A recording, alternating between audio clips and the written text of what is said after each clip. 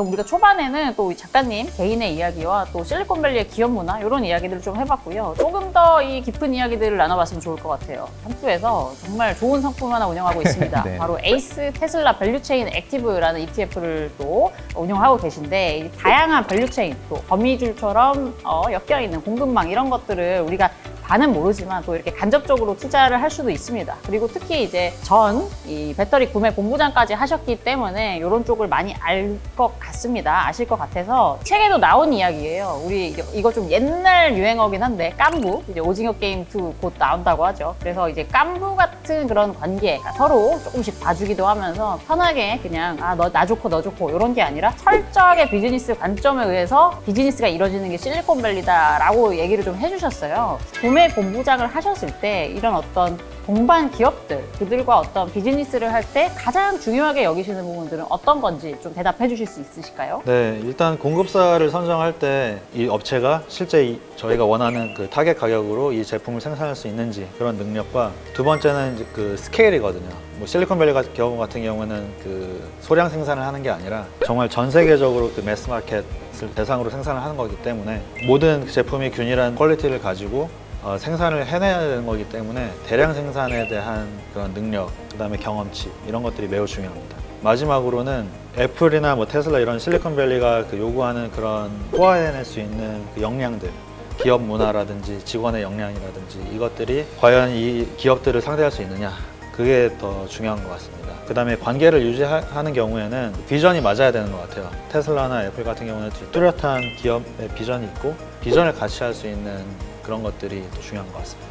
이것도 좀 이어지는 질문인데요. 테슬라 재직 당시에 좀 직접 좀 선정했던 공급사 혹은 이제 관계를 그때 잘 유지하셨던 이 윈윈의 사례를 남겼던 기업 같은 거 좀 예시를 들어주실 수 있을까요? 첫 번째 했던 프로젝트가 배터리 프로젝트인데, 그때 당시에 이제 기가팩토리 샹하이가 오픈을 준비 중이었어요. 근데 이제 그거를 하기 위해서 당연히 이제 제일 중요한 요소인 배터리가 필요했죠. 근데 이제 우리나라 그 L 기업이 초반에 그 배터리 서플라이를 하게 되는데, 저 같은 경우에 이제 그 업체의 담당자가 돼서 처음에 정말 아무것도 없이 시작했어요. 그 공장이 그 남경에 있긴 했지만 테슬라가 원하는 만큼의 이제 수요를 충족하기 위해서 여러 가지 이제 해야 될 작업들이 있었는데, 첫 번째로는 설비 능력이나 이런 것들이 그 수량에 맞게 설계가 돼야 됐기 때문에 그 측면에서 디자인이나 그런 것들을 이제 다 제로 베이스에서 해야 됐기 때문에 그게 좀 가장 좀 인상 깊었던 사례 같고, 실제 이제 테슬라 같은 경우는 이제 상하이 공장을 오픈한 다음에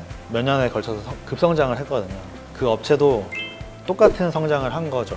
그거를 이제 맞춰가지고 성장을 할 수 있었던 거는 이제 능력인데, 이제 그걸 정말 잘 해내줘서 이제 거기서 좀 인상이 깊었던 것 같습니다. 이게 저희도 이 말씀하셨던 대로 이제 그런 테슬라에 납품하는 회사들 이제 같이 테슬라와 함께 같이 그런 납품업체들이 투자하는 ETF를 운영하고 있어서 항상 이렇게 주시를 하고 있거든요. 어떤 회사가 또 테슬라의 선택을 받았는지. 또 옛날 사람처럼 얘기하면 예전에 이제 미군 납품업체 뭐 이런 게 있었습니다. 저 어렸을 때는. 그래서 미군에 납품되면 확실한 품질이 보장되는 거니까. 이제 주식시장에도 이게 테슬라의 뭔가 납품 계획이 발표됐다. 혹시 이게 새 나갔다. 그러면 이게 그 주가를 굉장히 크게 견인하는 요소가 되지 않습니까? 그래서 그 납품업체에 대한 얘기를 아주 재밌게 저도 읽었는데, 중간에 그 비유하는 장면이 나와요. 공장에서 자동차는 뭔가 여러 가지 막 수천 개, 수만 개 부품들이 조립이 되잖아요. 여러 부품업체에서 이제 납품을 받아야 되는데, 그걸 이제 밥 짓는 거에 비유하는 대목이 나옵니다. 내가 이제 밥을 뭐 수백 명분의 수천 명분의 밥을 지어야 되는데 쌀을 어디서 납품을 받고 하는데, 나는 한국 쌀이 올 줄 알았는데 동남아 쌀이 오는 경우는 굉장히 또 밥을 지어야 되는 입장에서 굉장히 당황스럽잖아요.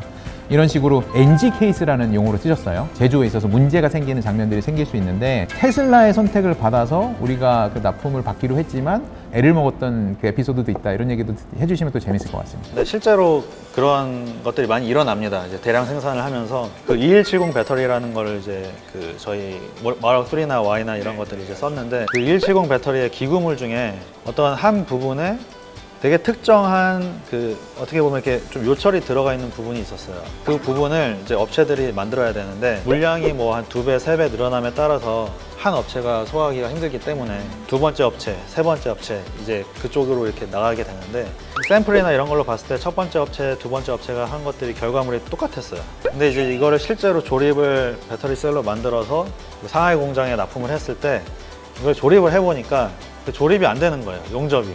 그래서 그거를 이제 해결하기 위해서 과연 뭐가 문제인가, 뭐 수천 가지 요소가 있잖아요.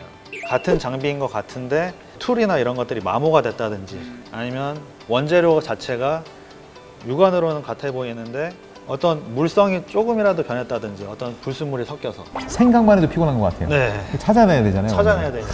뭐 예를 들어서 숙련된 작업자가 일을 했는데 그게 한 10초 걸리던 게 신규 업체에서 하면서 한 15초가 걸렸다. 시간이 오래 걸림에 따라서 뭐 어떤 그 제품의 뭐 성향이 달라질 수도 있고 여러 가지 이제 문제가 생기거든요.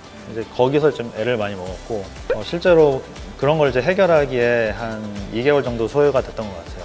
근데 그런 게 사실 비일비재하게 많이 일어납니다. 이게 일례로 하나 드린 거긴 하지만 차량에서는 이제 수천 개, 수만 개의 부품이 사용이 되기 때문에 정말 차로 나오는 거는 정말 예술 작품에 가깝다, 이렇게 좀 말할 수가 있을 것 같습니다. 그렇게 시행착오를 하셔가지고 테슬라가 점점 더 어느 누구도 따라올 수 없는 그 세계 넘버원의 자동차 회사로 성장하는 것 같은데요. 그 납품하는 회사들 중에 한국 회사도 좀 있습니다. 저희도 그런 걸 리서치 해가지고 ETF 안에 어떤 종목을 편입할지 고민을 하기 때문에 한국 업체 중에 또 이렇게 혹시 이제 테슬라의 선택을 받아서 이미 좀 알려졌는데 뭐 소개해 주실 수 있는 회사들도 좀 있을까요? 당연히 이제 LG나 이런 여러 가지 그 대기업들이 배터리 셀이나 이런 거를 제조를 할 때 거기에 이제 많은 업체들이 있죠. 뭐 양극재 업체라든지 음극재, 뭐 분리막, 전액, 여러 가지 기구물들. 거기서 이제 한국 업체들이 많은 강점을 가지고 있는 것 같아요. 특히 미중 간의 무역 마찰이라든지 미국 이제 IRA나 이런 법안들 때문에라도 한국 기업들이 실제로 이제 반사 이익을 얻는 경우가 많고, NCM, 뭐 NMC 뭐 이렇게 말하기도 하는데 니클 베이스 솔루션은 사실 한국이 매우 강합니다.